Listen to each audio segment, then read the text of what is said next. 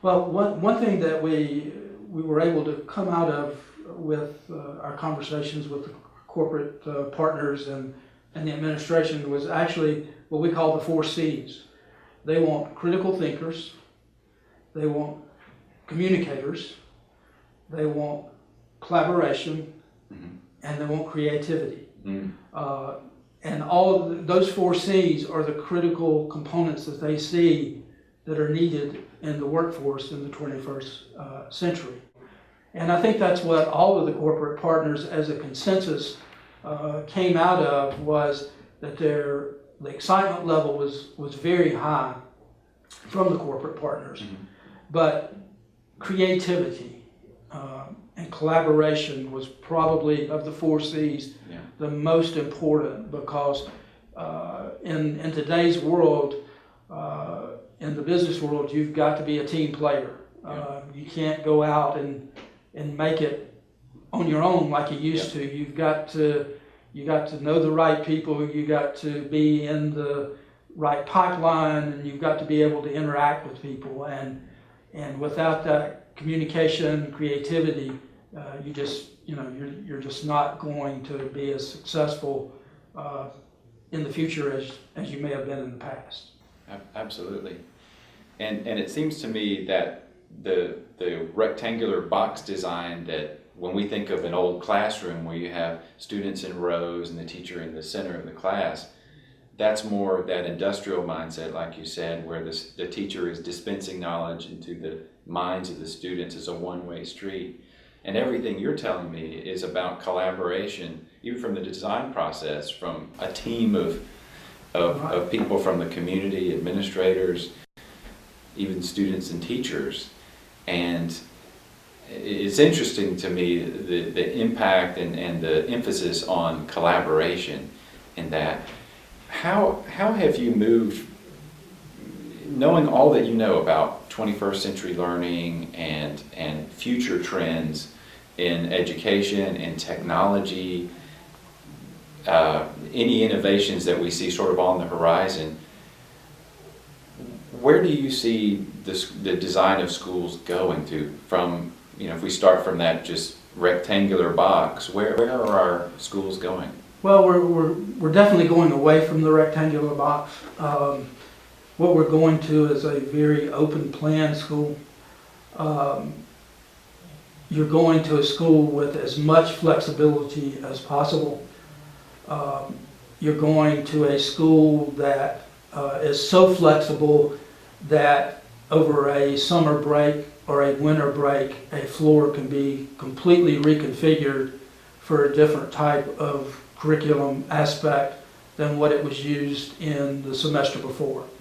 And that's one of the things that we looked at and studied very hard with the Fisher Middle School, was the ability to, let's say, take a different aspect of the curriculum and truly reconfigure. How could it be done? And in our study and research, we did find a company that produces a system that in a 2-week period, 30,000 square feet could be totally reconfigured and reset up for a totally different teaching environment than what it was the semester before. Wow. And that's not possible in a school that was built in the 19th or 20th century. I mean, it's just, it was all bricks and mortar. Yeah. And what we're seeing today in the educational world is getting away from the old bricks and mortar and going to more of an office type environment. You mentioned you're designing for your clients, and so in this instance, your clients are local schools or administrators, and it occurs to me that educators and architects are both creative enterprises. That as an educator, I've got to create meaningful learning experiences that meet the needs and interests of my students. And for you as an architect, you need to create meaningful living or working spaces for the needs and interests of your clients. And for a school, that's teachers, students, community members, administrators. Yeah, that's been big adjustment now in looking at the 21st century, because as I mentioned, it's, you know, for years the curriculum was never a factor in what a school was designed. We just need X number of classrooms for X number of students, and we want them lined up. Well, now we need to let the curriculum drive the design of the building, because those teachers have the knowledge and the expertise to see how those kids best collaborate, and whether it's in an open environment, whether it's by having a folding partition between two rooms that you can open up into one large room and combine two classes into a collaborative environment. You've just got to have much more flexibility in those. But I learned through the process of the curriculum development on the STEM school and listening to those teachers that, you know, I really didn't know a whole lot about curriculum until then. And I became dangerous enough now to know that it plays a much more vital role in the developing of a plan than I ever had thought of in the past. It really does.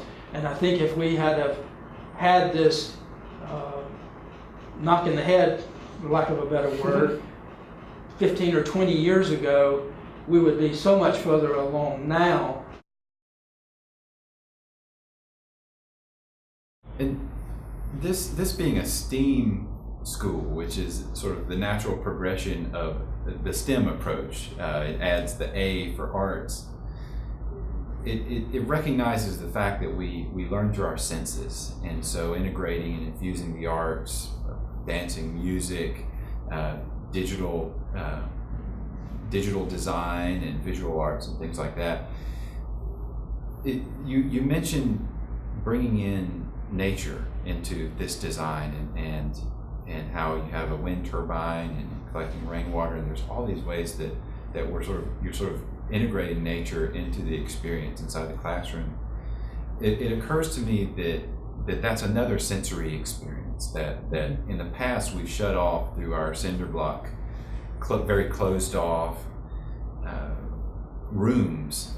Could you tell us a little bit about how you brought in nature? Yeah, that's been a very fun aspect of this, because as you said, most of the time you don't see the nuts and bolts of what makes the building work or what's going on out in the environment.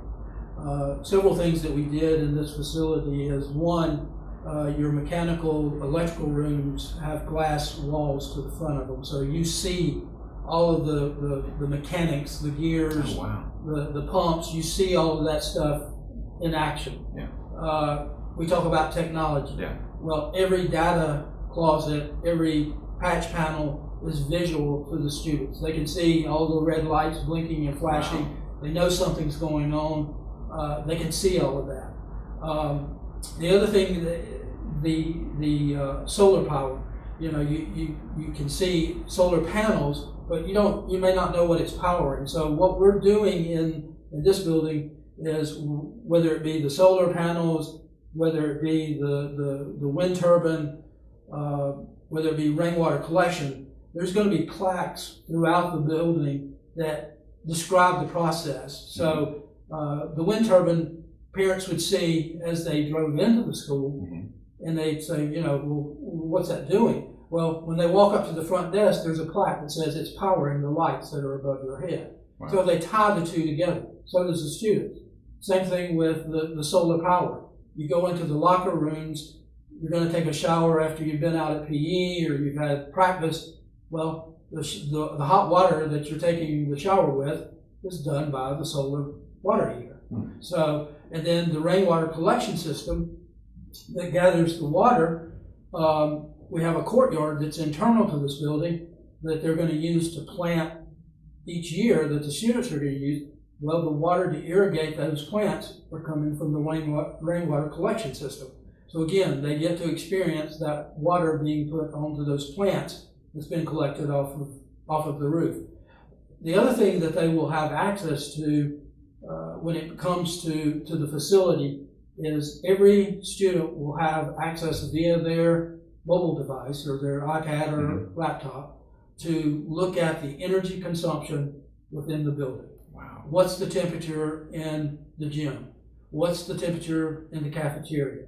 Is the heat running in band? Yeah. How much water is being used by the school? You know, they'll have how much electricity is being used. And not only do they see that, but it also presents a whole nother set of problems or solutions that you can pose to those students in, okay, tell us how we can consume more power, or not consume more, how we can save more power. You know, this building is set up with daylighting control. It will be probably one of the first schools, I think, in South Carolina that has a true LED lighting system in it. You know, most of your schools have fluorescents or can lights. This one will have LED lay-in fixtures instead of fluorescent lay-in fixtures. So, and those lights are controlled based on the amount of daylighting. So you could be sitting in your classroom, cloud come over, and the lights slowly brighten up or they slowly go down just based on the sunlight. So, you know, we're always trying to save energy. And those kids on those laptops and iPads will be able to sit there and see, you know, when that happens. Yeah. What time of the day did it happen? How long did it go on? So, you know, again, it presents another group of problems or solutions that they can work on just from learning from their facility.